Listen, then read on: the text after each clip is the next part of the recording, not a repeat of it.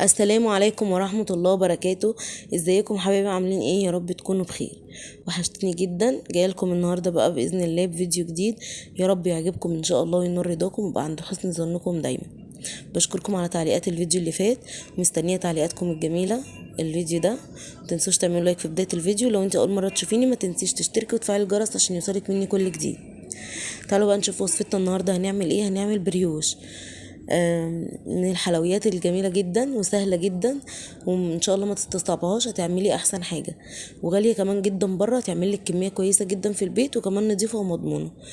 اول حاجة انا عملتها هنا، عملت كوباية كده، يعني قصدي جبت كوباية كده فيها نص كوباية مية دافية. دافية مش سخنة، وفيها معلقة خميرة اللي هو كيس خميرة فورية، وفيها كمان معلقة سكر. معلقة السكر يعني تساعد الخميرة في تنشيطها كده، واشوفها ان هي شغالة ولا اكسباير، يعني صلاحيتها منتهية ولا حلوة. تمام. فانا كده حطيتهم كده في الكوبايه دي وسبتهم. ومعايا كمان كوبايه لبن، ومعايا 3 بيضات، ومعايا معلقه فانيليا صغيره، و4 معالق سكر. تمام. وكمان معايا كوبايه الا ربع ماده دهنيه، زيت او زبده او سمنه زي ما انت تحبي. فانا كده اول حاجه عملتها، عملت انا خلت كيلو دقيق كده. طبعا انا بنخل الدقيق عندي اصلا، وبيبقى مركون منخول عشان وقت ما عاوزه في اي وقت. فالكيلو ده انا كنت لسه جايباه، انا خلته كده هاخد منه الكميه اللي انا هحتاجها هنا دلوقتي. وطبعا اللي هيفيض هشيله في علبه في المطبخ وقت ما عاوزه يبقى منخول جاهز يعني. انا هنا عملت ايه؟ كسرت 3 بيضات كده. بيض يعني هحط معاه فانيليا، الفانيليا كمان عشان زفارة البيض، وفي نفس الوقت كمان هتظبط لي الدنيا كده في ريحة الخبيز. فهضربهم كده كويس مع بعض، وهضيف لهم كمان رشة ملح. ممكن اضيفها للدقيق، بس انا مش هاخد الدقيق ده كله مرة واحدة، فعشان كده هضيفها معايا في الخليط ده.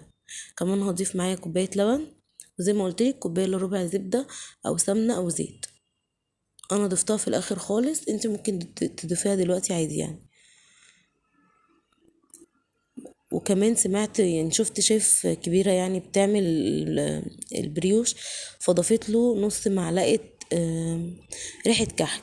نص معلقة الكبيرة، انا حطيت نص معلقة صغيرة عشان اجرب. بصراحة ما عجبتنيش خالص، وحاساها للعيش والكحك والحاجات دي.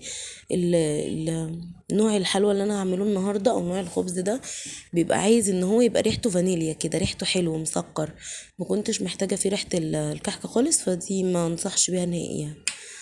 بس فانا خلطت بقى الحاجات دي كلها كده مع بعض، وهحط كمان 3 معالق سكر او 4 معالق. هو المفروض 4 في الخليط كله، فانا خدت معلقة في الخميرة. يبقى انا كده الخليط ده معايا 4 معالق سكر.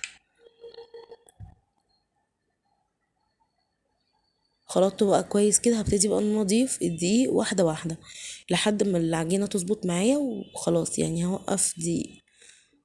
ممكن ياخد معاكي بقى حسب الدقيق، ممكن يكون بيشرب سوائل فمش هتستعملي دقيق كتير. لو ما بيشربش سوائل هتستعملي دقيق دقيق اكتر. انا قلتها صح؟ بصوا يعني لو الدقيق بيشرب سوائل هتستعملي دقيق قليل، لو ما بيشربش هتستعملي دقيق زياده. فده حسب الدقيق بتاعك. مش هعرف اقولك مثلا 4 كوبايات او 3 كوبايات، لا، حسب الدقيق بتاعك ما هيشرب السائل. اول بقى ما احس ان العجينه ربطت كده معايا خلاص، هوريكم دلوقتي يعني قوام العجينه يوصل ازاي.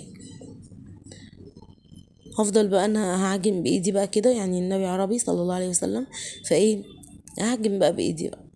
هو اصلا العجين احلى حاجه فيه، وهيديكي نتيجه كويسه جدا لما تستعملي ايدك، غير كده مش هيتعجن كويس.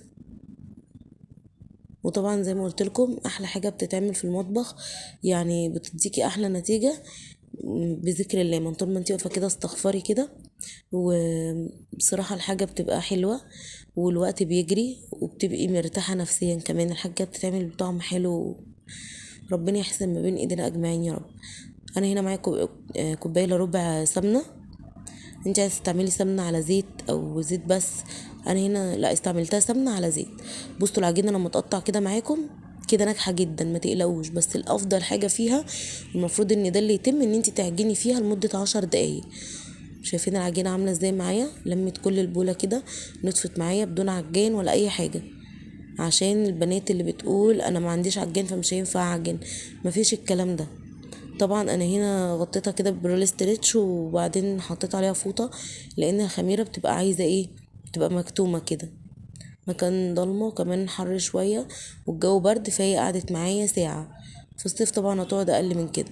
بصوا همسكها بقى ان انا افرغ الهواء منها كده. بصوا لما بحط صوابعي فيها هي مش بترجع تاني، يبقى كده خمرت كويس جدا. طبعا العجينة دي تستاهل لايك، ما تنسوش بقى تعملوا لايك لو وصلتوا معايا الوقت ده في الفيديو. انا بقى هنا هجيب صاج هتدهنيه سمنه او زبده زي ما انت عايزه. قصدي سمنه او زيت. زبده لا هتتحرق منك، او هتحطي ورق زبده وبرضه هتدهنيه زيت، لان انا قلت بقى ده العجينه مليانه سمنه وزيت وكده ومش هحتاج ان انا ادهنها. فلزق معايا شويه. عايزه اقول لكم ان انا حاولت ان انا اوريكم الاشكال، صورت فيديو كامل وللاسف اتمسح. فانا الاشكال اللي عملتها بسيطه جدا مش مستاهله يعني. ان شاء الله تعرفوا تعملوها واحسن منها كمان. بصوا بقى الاشكال، هو اصلا ده شكله الاساسي اللي هو المدور ده. وانتي بقى بتشكلي على مزاجك اي شكل تاني. الشكل اللي هو شبه الضفيرة ده عادي، تلات قطع عجين كده بعملهم على شكل اسطواني طويل كده. وبعدين بضفرها عادي. والشكل التاني اللي هو شبه الوردة ده يعني هو نفس الدايرة، بس ببططها على ايدي كده وبتفتحها بقى كده بسكينة او بمقص، بتبقى بالشكل اللي معايا كده. هنا اجيب بضاية وعليها برضو فانيليا علشان الزفارة، وعلشان كمان تديني ريحة حلوة كده، ريحة الخبيز لريحة العجينة وهي بتستوي. في اشكال كتير جدا جدا جدا للبريوش. يعني لو عايزة بقى تعمليها ان شاء الله بعملها لكم في فيديو جديد، ان شاء الله فيديو غير ده. او مثلا شوفي بقى اشكال بقى على جوجل والكلام ده، اشكاله كتير جدا، بس هو ده الاصلي بتاعه، هو ده الاساسي. فبيبقى شكله حلو قوي بصراحة. في بقى ممكن تضيفي له سكر او قرفة لو انت عايزة، مش عايزة بتسيبيه كده. عايزة اقول لكم القطعة دي بره ب10 جنيه، اللي هي المدورة دي ب10 جنيه. فشوفي انت بأقل من كيلو دي عملتي كمية عاملة ازاي. هي كوباية لبن واقل من كيلو دي والخميرة وحاجات اصلا يعتبر موجودة في البيت. بصي عملتي منها كمية قد ايه. مش مستاهله ان انت تشتري القطعه ب10 جنيه. وكمان لاولادك بتبقى مضمونه، انت عارفه انت عاملاها ازاي والكلام ده. وزي ما شايفين كده، ولا محتاجه عجان ولا خدت مني وقت. حلوه قوي قوي. هو وقتها بس اللي بتاخده هو في التخمير. يعني هي ما خدتش معايا 5 دقايق عجن على بعض، وبسيبها بقى الساعه تخمر وبعد كده بشكلها وبدخلها الفرن. فبتاخد قد ايه في الفرن مش هقدر ان انا اقولك، علشان كل فرن حسب. ممكن الفرن بتاعك يكون عالي شوية، فرن واطي، الكلام ده حسب علو النار. انت هتتابعيها يعني، اول ما تبتدي تطلع ريحتها كده هتتابعيها، اول ما تاخد لون من تحت هتشغلي عليها الشواية تاخد لون من فوق وخلاص. بصراحة طعمها حلو قوي. طبعا بتبقى مجهزة السيراب بتاعها. الصاج ده انا هحط عليه سكر، الصاج التاني مش هحط عليه عشان يبقى فيه ده وفيه ده. بس كده. اهم حاجه بقى تكوني مجهزه العسل العادي خالص بتاع الكنافه والحاجات دي. بقى انا كان عندي منه في التلاجة، عشان كده ما عملتوش، بعمله يعني وبحطه في التلاجة، بينفعني في اي وقت زي كده ان ما اقفش في المطبخ كتير. بصوا شكلها في الفرن شكلها عامل ازاي، اللهم بارك، شكلها تحفه. بصوا بقى حكايه بصراحه، وطعمه كان حلو قوي. فانتي بتجهزي بقى العسل قبليها، او لو عندك في التلاجة هيبقى وفر يعني، وفر لك كمان وقت. فانا بمسك بقى البريوش كله بخرمه كده بالستيك ده. بتخرميه كله عشان العسل يدخل جواه. ابتدي بقى ان انا بسقيه العسل كده وهو سخن هتلاقيه طري وشرب العسل كده وبقى حلو يعني. عايزه اقول لكم والله العظيم مش مستاهله ولا عجان ولا مستاهله تستصعبيها.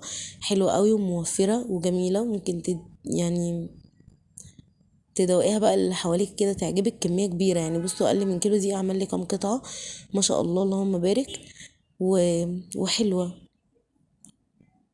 وزي ما قلت لك كمان هي مضمونه جدا، انت عارفه بتاكلي اولادك ايه.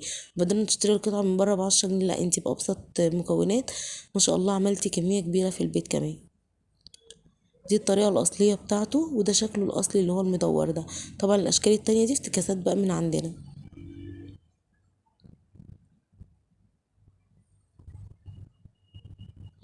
بس كده هو ده شكل البريوش معايا. وكمان العجينه طالعه من جوه هشه وحلو قوي. بصوا بقى شكله.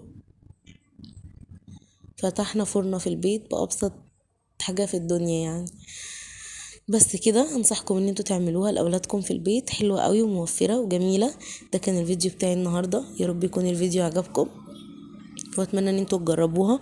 ما تنسوش بقى تعملوا لي لايك وكومنت زي العسل زيكم وتقولوا ايه رايكم في الطريقه، وان شاء الله تجربوا الوصفه دي وتعجبكم باذن الله. وده كان الفيديو بتاعي النهارده، نتقابل في فيديو جديد ان شاء الله، ومع السلامه.